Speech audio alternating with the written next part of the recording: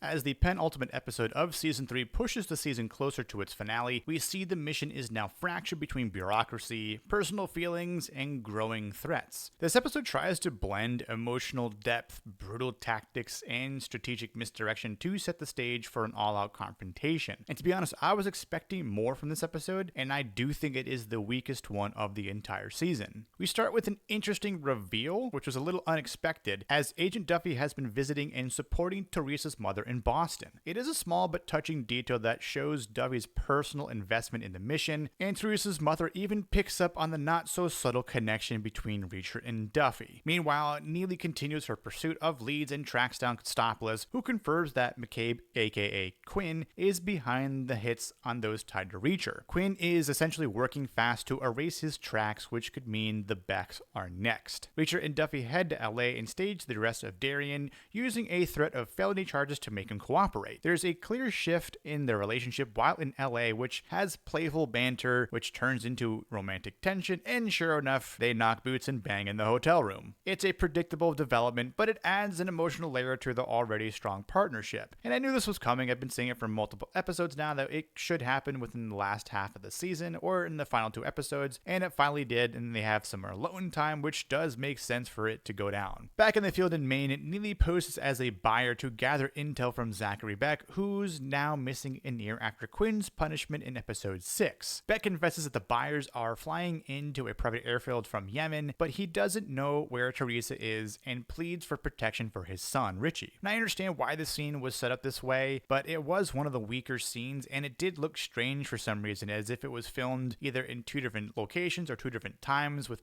a potential green or blue screen in the background. The man that was standing behind Beck looked a little faded and weird at times, and even the lighting between Neagley and Beck just seemed off. We do finally see Teresa, though, alive but drugged and captive somewhere in an underground facility. I assume she'll be presented at Beck's house for the deal to the sellers from Yemen. And we also find out that Quinn has a thing for redheads, and I don't know if that's something that is potentially saving Teresa, because he does say, if it wasn't for them, I'd have you all to myself, and he would do some terrible things to her, much like he did to Dominic Cole. Now, despite being warned to Reacher from Neagley, Duffy refuses to back down out of this action, because Teresa matters to her and she's not giving up. And even though Neagley does return to Maine alongside Duffy in Villanueva, which is just another sign of her loyalty to Reacher, being the follow-up protege after Cole died, I don't know if it was truly necessary. I'm not sure if this was in the book and used as source material. If it is, then I can't really knock it because I don't want to knock the source material, but if it is something that was created for the show, was it really necessary to have her in this? And instead of her tailing the buyers in from Yemen, couldn't it have been Villanueva instead, since he's already been in the show since episode 1? There's an emotional moment between Beck and Richie. Beck opens up about his failures as a father, expressing regret and wishing he had done more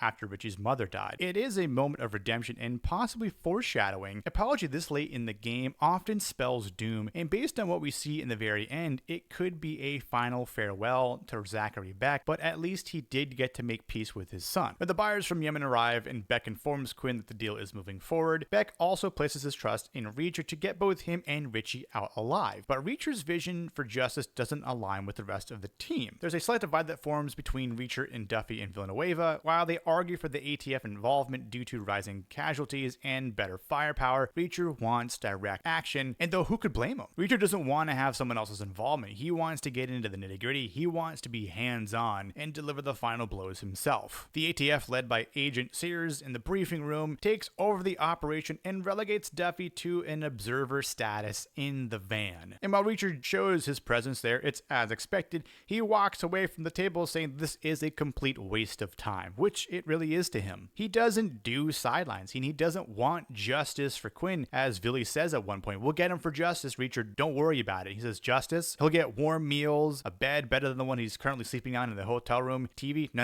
That's too much. He doesn't deserve those things even while in jail. He wants vengeance for what Quinn did to Cole. And I agree. I think he should get absolute vengeance on Quinn. Beck finds out from Quinn that the deal is supposed to go down at Bullhead Salvage Yard during Beck's party at 9 p.m. Agent Duffy, Villanueva, and Reacher are currently in the van waiting for things to happen, but Reacher can't take it and decides to go out for some air, and where he goes is to the back of a car where he gets his new sniper rifle. And he's prepared to intervene, and Agent Duffy tries to stop him, and even though Reacher says, I like you professionally and personally, there's no way you're going to talk me out of this. And unless she can physically stop him, which she can't, then she better get back in the van, and she does. And Reacher, being a man who wants to look out for his own team, he does call Neagley and tells her to remove all traces from their conversations, remove the SIM card, ditch her phone, etc. But then he learns that they're watching the wrong drop at the salvage yard while she's tailing the buyers still from the airport as they're headed to Beck's house. Lo and behold, the surprise, the deal is actually happening at Beck's house during the party, and a trap has been set for Beck that he has walked right into. And it kind of makes sense. He's already let 2 agents get through his house, one with the maid being the ATF, and Reacher working through the military at the 110th Division, which doesn't bode well for Beck because in Quinn's eyes, he's already messed up twice, and it's his head that's on the chopping block